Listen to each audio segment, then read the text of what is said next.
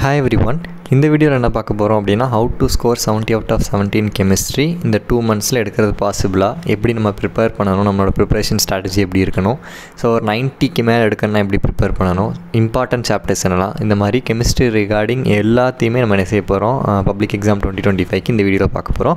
So please all like this video and share with your friends. இதுக்கு முன்னாடி நான் ஒரு வீடியோ இதே மாதிரி ரெக்கார்ட் பண்ணி போட்டிருந்தேன், சவுண்ட் இல்லை, அது எனக்கே தெரியல. ஸோ ஐ ஹோப் இதில் சவுண்ட் இருக்கும்னு நினைக்கிறேன். Okay, so please all like and share with your friends. Okay, so எப்படி நம்ம கெமிஸ்ட்ரி ப்ரிப்பேர் பண்ணோம் அப்படிங்கிறத நம்ம என்ன செய்யலாம் இப்போ நம்ம இந்த வீடியோவில் பார்க்கலாம். சரியா? ஓகே, ஸோ ஃபஸ்ட்டு சிலபஸ் அப்படின்னு பார்த்தீங்கன்னா நம்மளுக்கு இன்ஆர்கானிக்கில் 5 சாப்டர் இருக்குது, ஃபிசிக்கலில் வந்து 6 to 10, இன்ஆர்கானிக்கில் வந்து ஃபஸ்ட்டு 5 சாப்டர், ஃபிசிக்கலில் 6லேருந்து 10 வரைக்கும் இருக்குது எல்லாம் ஃபிசிக்கல் சாப்டர்ஸ், ஆர்கானிக் வந்து 11 to 15 வரைக்கும் இருக்குது எல்லாமே ஆர்கானிக் சாப்டர்ஸ். ஸோ எல்லாருமே இந்த ஆர்கானிக் 11 to 15 இருக்குது பார்த்தீங்களா, இதை தான் என்ன செய்வீங்க, ரொம்ப டஃப்பாக ஃபீல் பண்ணுவீங்க. ஸோ எப்படி ப்ரிப்பேர் பண்ணணும் அப்படிங்கிறத நான் என்ன செய்கிறேன் இந்த வீடியோவில் சொல்கிறேன். Okay, so according to weightage பார்த்தீங்கன்னா நம்மளுக்கு எப்படி கேட்பாங்க கொஷின் அப்படின்னா, இன்ஆர்கானிக்கில் 3 2 மார்க், 3 3 மார்க், 3 5 மார்க், அப்புறம் 5 1 வேர்டு கேட்பாங்க. அதே மாதிரி தான் ஃபிசிக்கல்லையும் 3 2 மார்க், 3 3 மார்க், 3 5 மார்க், 5 1 வேர்டு கேட்பாங்க. ஸோ இன்ஆர்கானிக்லேருந்து 35 மார்க்ஸும் ஃபிசிக்கல்லேருந்து 35 மார்க்ஸ் உங்களுக்கு என்ன செய்யும் அப்படின்னா வரும். தென் ஆர்கானிக்கை பொறுத்தளவுக்கு 3 2 மார்க், 3 3 மார்க், 4 5 மார்க் கேட்குறதுக்கு சான்சஸ் இருக்குது ஆர்கானிக்கில். ஏன்னா அந்த லாஸ்ட் ஏஆர்பி கொஷின் இருக்குல்ல, அது வந்து கண்டிப்பாக ரெண்டுமே ஆர்கானிக்கில் கேட்குறதுக்கு சான்சஸ் அதிகமாக இருக்குது. ஸோ அதனால் மேக்ஸிமம் 4 5 மார்க்ஸ் ஆர்கானிக்லேருந்து வரனால 40 மார்க்ஸ் நம்மளுக்கு என்ன செய்யுது ஆர்கானிக்லேருந்து கிடைக்குது. சரியா? ஸோ அப்போ இன்ஆர்கானிக்கில் 35, ஃபிசிக்கலில் 35, ஆர்கானிக்கில் 40. அப்போ எல்லோரும் நினைப்பாங்க இன்ஆர்கானிக் ஃபிசிக்கல்லே நம்மளுக்கு 35 வருதுல்ல, அப்போ அதவே நம்ம வந்து ஒழுங்காக ப்ரிப்பேர் பண்ணால் 60+ எடுத்துடலாமா அப்படிலாம் நினைப்பாங்க. But that is not advisable. ஏன்னா சம்டைம்ஸ் நம்ம இன்ஆர்கானிக் ஃபிசிக்கல் ஃபுல்லாக படிச்சிட்டோம் அப்படின்னு சொன்னோன்னா கூட நம்ம அதில் கேட்குற கொஷின் எப்படி இருக்காது, நம்மளுக்கு சில கொஷின் தெரியாமல் இருக்கலாம். ஏன்னா நம்ம வந்து 100% சொல்லும்போது புக்கு ஃபுல்லாக யாராலையும் கவர் பண்ண முடியாது first 10 chapter inorganic physical. So அதனால் எப்போதுமே இன்ஆர்கானிக் ஃபிசிக்கல் மட்டும் பிளைண்டாக ட்ரஸ்ட் பண்ணாமல் ஆர்கானிக்கில் ஒரு சில ஏரியாஸ் நம்ம என்ன செய்யணும் ப்ரிப்பேர் பண்ணிட்டு போகணும். இதான் வந்து அட்வைசபிள். ஸோ அதுதான் நான் என்ன செய்ய போகிறேன், நெக்ஸ்ட்டு எப்படி ப்ரிப்பேர் பண்ணணும் அப்படிங்கிற பிளான் நான் உங்களுக்கு என்ன செய்ய போகிறேன், ஐம் கோயிங் டு சே. சரியா? ஸோ என்னென்ன ஸ்டடி மெத்தட்லாம் இருக்குது அப்படின்னு பார்த்தீங்கன்னா, நான் ஃபஸ்ட்டே சொல்லிட்டேன், இன்ஆர்கானிக் அண்ட் ஃபிசிக்கல் மட்டும் ஃபுல்லாக படிச்சுட்டு ஆர்கானிக் ஃபுல்லாக ஒமிட் பண்ணுவாங்க சில பேர். அதை வந்து கம்ப்ளீட்டாக என்ன செஞ்சுருங்க, யூ அவாய்ட் இட். அதை வந்து ஃபாலோ பண்ணவே பண்ணாதீங்க. ரேதர் நீங்கள் என்ன செய்யலாம்னா இன்ஆர்கானிக் அண்ட் ஃபிசிக்கலில் ஃபுல்லாக முடிச்சுட்டு ஆர்கானிக்கில் நேமிங் ரியாக்ஷன்ஸ், அது ஒரு சில இம்பார்ட்டன்ட் ரியாக்ஷன்ஸ் இருக்குது, கன்வர்ஷன்ஸ், அதுக்கப்புறம் 14 15. இந்த 14 15 வந்து ஃபுல்லாக தியரி பேஸ்டு. கரெக்டாக? அதனால் அந்த 14 15 நீங்கள் படிச்சிடலாம். ஸோ இன்ஆர்கானிக் ஃபிசிக்கல் நம்ம என்னென்ன புக் பேக் கொடுக்குறோம், அதாவது புக் பேக்கில் என்ன இருக்கோ, அதுக்கப்புறம் புக்கின் நம்ம கொடுக்குறோம்ல இம்பார்ட்டன்ட் புக்கின் அந்த கொஷின், அதுக்கப்புறமா 14 15 இதை என்ன செஞ்சுருங்க கம்ப்ளீட்டாக முடிச்சிருங்க. அதுக்கப்புறம் ஆர்கானிக்கில் நேமிங் ரியாக்ஷன்ஸ், அந்த 11 12 13 இருக்குல்ல, அதில் நேமிங் ரியாக்ஷன்ஸ் பார்த்துக்கோங்க. ஸோ இப்படி ப்ரிப்பேர் பண்ணிங்கன்னா உங்களுக்கு என்ன செய்யும், இப்போ ஒரு வேளை நீங்கள் இன்ஆர்கானிக் ஃபிசிக்கல் ஏதோ ஒரு 2 மார்க் 3 மார்க் தெரிலனா இந்த ஆர்கானிக் 14 15 உங்களால் எழுத முடியும், காம்பன்சேட் பண்ணிக்கலாம். அதனால தான் வெறும் இன்ஆர்கானிக் ஃபிசிக்கல்னு போகாமல் ஆர்கானிக்கில் 14 15 படிக்கணும், ப்ளஸ் நேமிங் ரியாக்ஷன் படிக்கணும். ஸோ அப்படி படிக்கும்போது உங்களுக்கு என்ன செய்யலாம், ஒரு 85 to 90% வரைக்கும் உங்களால் என்ன செய்ய முடியும், ஸ்கோர் பண்ண முடியும். சரியா? 1 minute வரைக்கும் உங்களால் என்ன செய்ய முடியும், ஸ்கோர் பண்ண முடியும். சம்டைம்ஸ் ரொம்ப ஈஸியாக கேட்டாங்கன்னா 95 வரைக்கும் கூட ஸ்கோர் பண்ணலாம். ஆனால் அந்த 1 வேர்டில் என்ன செஞ்சுருவாங்க, நம்மளுக்கு ட்விஸ்ட் பண்ணிடுவாங்க. ஸோ அதை என்ன செய்யணும், நம்ம புக் பேக் 1 வேர்டு. இப்போ நான் இங்கே எத்தனை மெத்தட் சொல்கிறேன்ல, இங்கே நிறைய மெத்தட்ஸ் நான் என்ன செய்கிறேன் இந்த இடத்துல சொல்கிறேன். சரியா? அந்த மெத்தட் எல்லோரும் படிக்கிறவங்க, இப்போ இது ஒரு மெத்தடில் படிக்கலாம், இந்த மெத்தடில் படிக்கலாம், இந்த மெத்தடில் படிக்கலாம். பட் படிக்கிற எல்லாருமே என்ன செய்யணும், புக் பேக் 1 வேர்டை கண்டிப்பாக படிச்சிடணும். ஏன்னா அதுலேருந்து ஒரு 8 to 12 மார்க்ஸ் வரைக்கும் உங்களுக்கு என்ன செய்யுது, புக் பேக் 1 வேர்டு மினிமம் 10 மார்க்ஸாக கேட்டுருவாங்க. ஸோ அதனால் என்ன மெத்தட் படித்தாலும் புக் பேக் 1 வேர்டை ஃபஸ்ட் நீங்கள் என்ன செஞ்சணும் படிச்சிடணும். அது போக ஃபஸ்ட் மெத்தட் இன்ஆர்கானிக் ஃபிசிக்கல் ஃபுல்லாக படிச்சுட்டு நேமிங் ரியாக்ஷன், இம்பார்ட்டன்ட் கன்வர்ஷன் 14 15 அப்படி படிச்சிங்கன்னா 85%லேருந்து 90% வரைக்கும் உங்களால் ஸ்கோர் பண்ண முடியும். இல்லை ஒரு சிலர் எப்படி படிப்பாங்கன்னா inorganic 4 chapter, physical 4 chapter, organic 4 chapter. அவங்களுக்கு இன்ஆர்கானிக்கும் வரும், ஆர்கானிக்கும் ஒரு ஃபிசிக்கல் வரும். பட் ஒரு சில சாப்டர்ஸ் கஷ்டமாக இருக்குது. ஒரு சிலருக்கு பார்த்தீங்கன்னா இன்ஆர்கானிக்கில் 3rd சாப்டர் பெருசாக இருக்குது, கஷ்டமாக இருக்குன்னு விட்டுருவாங்க. ஃபிசிக்கலில் 10th சாப்டர் ஈஸி தான், பட் பெருசாக இருக்குன்னு விட்டுருவாங்க. ஆர்கானிக்கில் 12th சாப்டர் பெருசாக இருக்குது. ஸோ இந்த மாதிரி ஒரு சில சாப்டர்ஸ் டிஃபிகல்ட்டாக இருக்கும் இன்ஆர்கானிக்லையும் ஆர்கானிக்லையும் ஃபிசிக்கல்லையும். ஸோ அப்படி ஒரு லெசனை விட்டுட்டு மீதி 4 லெசன் படித்தா கூட உங்களால் என்ன செஞ்சிட முடியும், 85 to 90% ஸ்கோர் பண்ணிட முடியும். இன்னும் ஒரு சிலர் வைஸாக எப்படி படிப்பாங்கன்னா இன்ஆர்கானிக்கில் 4 சாப்டர், ஃபிசிக்கலில் 4 சாப்டர், ஆர்கானிக்கில் 4 சாப்டர் படிச்சுட்டு இப்போ ஆர்கானிக்கில் 4 படித்தாச்சு, இன்ஆர்கானிக்கில் 4 படித்தாச்சு, ஃபிசிக்கல் 4 படித்தாச்சு. ஸோ 12 முடிச்சாச்சு. ரிமைனிங் 3 சாப்டர் இருக்குல்ல, அதில் என்ன செய்வாங்கன்னா இம்பார்ட்டன்ட் படிப்பாங்க. ஸோ அப்படி படிச்சிங்கன்னா இன்னும் உங்களோட ஸ்கோர் இன்க்ரீஸ் ஆகிறதுக்கு வாய்ப்பு இருக்குது.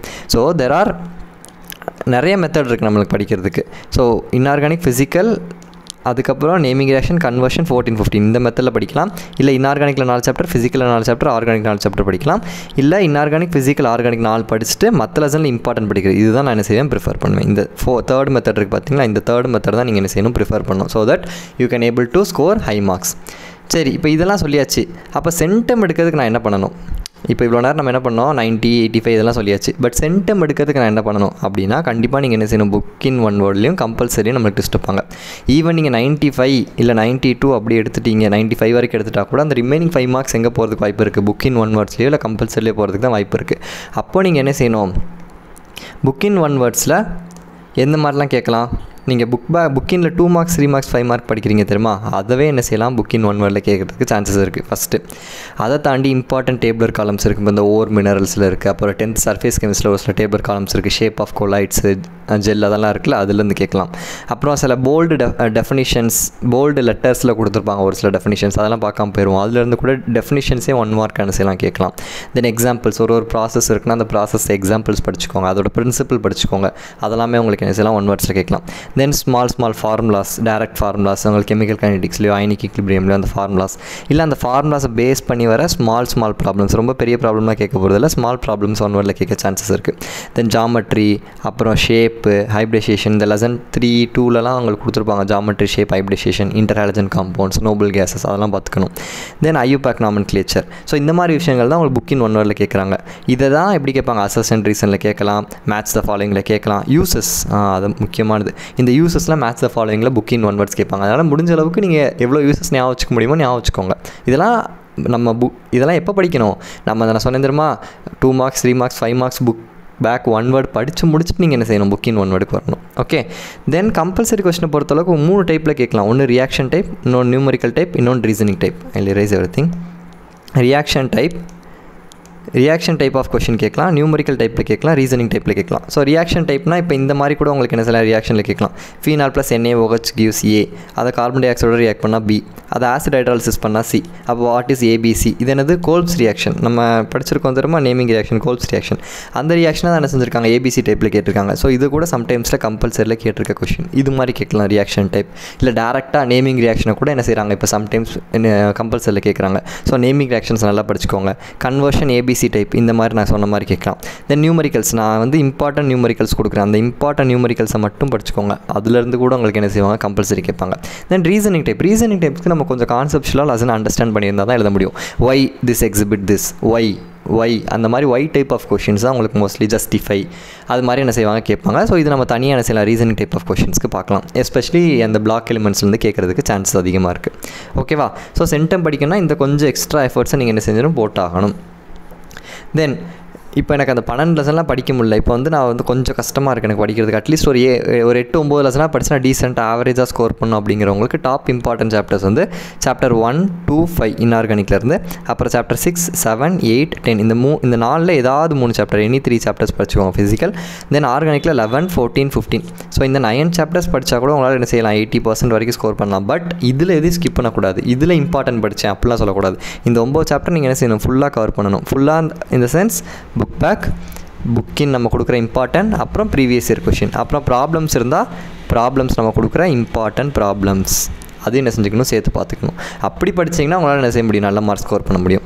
ஏன்னா இப்போ டைம் கம்மியாக இருக்கும்போது 15 லெசன் என்னால் முடிக்க முடியாதுன்னு சொல்கிறவங்க இந்த 9 லெசனை கண்டிப்பாக நீங்கள் என்ன செஞ்சிடலாம், ஃபுல்லாக முடிச்சிடலாம். முடிச்சுட்டு எக்ஸ்ட்ரா டைம் இருந்துச்சுன்னா மற்ற லெசனில் இம்பார்ட்டன்ட் படிங்க. That is well and good. 12 lesson நான் முன்னாடி சொன்னேன் தெரியுமா, 4 இன்ஆர்கானிக்கல் 4, ஃபிசிக்கல் 4, ஆர்கானிக் 4 படிச்சுட்டு மீதி 3ல் இம்பார்ட்டன்ட் படித்தா நல்ல மார்க் ஸ்கோர் பண்ணலாம். அதே மாதிரி இந்த 9 லெசனை ஃபஸ்ட்டு முடிச்சிருங்க. யாராக இருந்தாலும் இந்த 9 லெசனை ஃபஸ்ட்டு முடிச்சுட்டு அதுக்கப்புறம் மீதி 6 லெசனில் இம்பார்ட்டன்ட் படிச்சிங்கன்னா நீங்களும் நல்ல மார்க் ஸ்கோர் பண்ணலாம். ஒரு 85, 90 வரைக்கும் கூட ஸ்கோர் பண்ணலாம். பட் அது டிபெண்ட்ஸ் அந்த கொஷின், அந்த வருஷம் எப்படி கொஷின் செட் பண்ணுறாங்களோ அதை பொறுத்து இருக்கும். சரியா?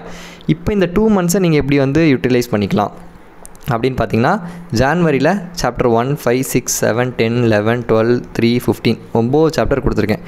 ஏன்னா ஜான்வரியில் தான் உங்களுக்கு டைம் என்ன செய்யும், கொஞ்சம் எக்ஸ்ட்ரா இருக்கும். கரெக்டாக?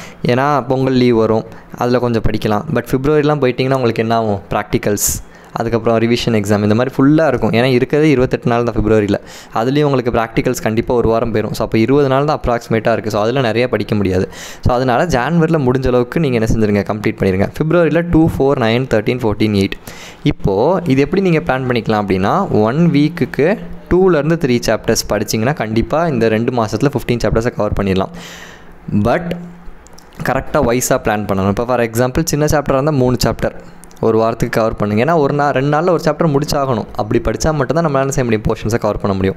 இது யாருக்கு சூட் ஆகும்? ஆல்ரெடி நான் அங்கங்கே கொஞ்சம் படிச்சிருக்கேங்கிறவங்க கண்டிப்பாக 15 லெசனையும் அப்படி ரிவைஸ் பண்ணி படித்து முடிச்சிடலாம். அங்கங்கே நான் இப்போ எக்ஸாமுக்கு நான் வந்து ஃபுல்லாக படிக்கல, இம்பார்ட்டன்ட் அங்கன்னு எல்லா லெசன்லையும் படிச்சு வச்சிருக்கேங்கிறவங்க கண்டிப்பாக இந்த 2 மந்த்ஸில் போர்ஷன் கவர் பண்ணிடலாம். பட் ஸ்க்ராட்ச்லேருந்து ஆரம்பிக்கிறவங்களுக்கு நான் என்ன சொல்வேன்னா, அந்த ஒரு 9 இம்பார்ட்டன்ட் சாப்டர் சொல்லியிருக்கேன்ல, அந்த 9 இம்பார்ட்டன்ட் சாப்டர் நீங்கள் என்ன செய்யுங்க, இங்கே கொடுத்துருக்கேன்ல, இந்த 9 இம்பார்ட்டன்ட் சாப்டர் ஃபஸ்ட்டு கவர் பண்ணுங்கள்.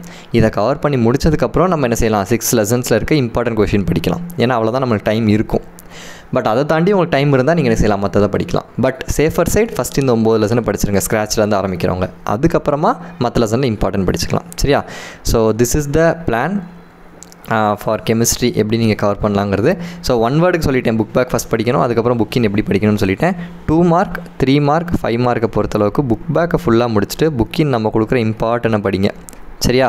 படிச்சுட்டு ப்ரீவியஸ் இயர் கொஷின் இதை பார்த்தீங்கன்னா போதுமானது. 2 மார்க் 3 மார்க் 5 மார்க். அதுக்கப்புறமா ப்ராப்ளம்ஸ், இம்பார்ட்டன்ட் ப்ராப்ளம்ஸ். அப்போ உங்களோட அந்த பிளான் எப்படி இருக்கணும்னா, ஒரு லெசன் எடுக்கும்போது ஃபஸ்ட்டு புக் பேக்கை படித்து முடிக்கணும், அப்புறம் புக்கின் நம்ம கொடுக்குற இம்பார்ட்டன்ட் கொஷினை படித்து முடிக்கணும், அதுக்கப்புறம் அந்த லெசனில் இம்பார்ட்டன்ட் ப்ராப்ளம்ஸ் இருந்தால் அதையும் பார்த்துணும். ஒரு லெசனுக்கு இப்படி தான் நீங்கள் ஃபஸ்ட்டு படிக்கணும். படித்து முடிச்சுட்டு கடைசியாக என்ன செய்யணும், ப்ரீவியஸ் இயர் கொஷின்ஸ் எல்லாம் நம்மளுக்கு தெரியுதா அப்படிங்கிறத செக் பண்ணிக்கோங்க. ஸோ ஒரு லெசன் நீங்கள் இப்படி தான் என்ன செய்யணும், படிக்கணும். இந்த 4 லெவல் ஆர்டராக வச்சு நீங்கள் படிச்சிங்கன்னா அந்த லெசன் நீங்கள் செஞ்சலாம், கவர் பண்ணிட முடியும் உங்களால். சரியா?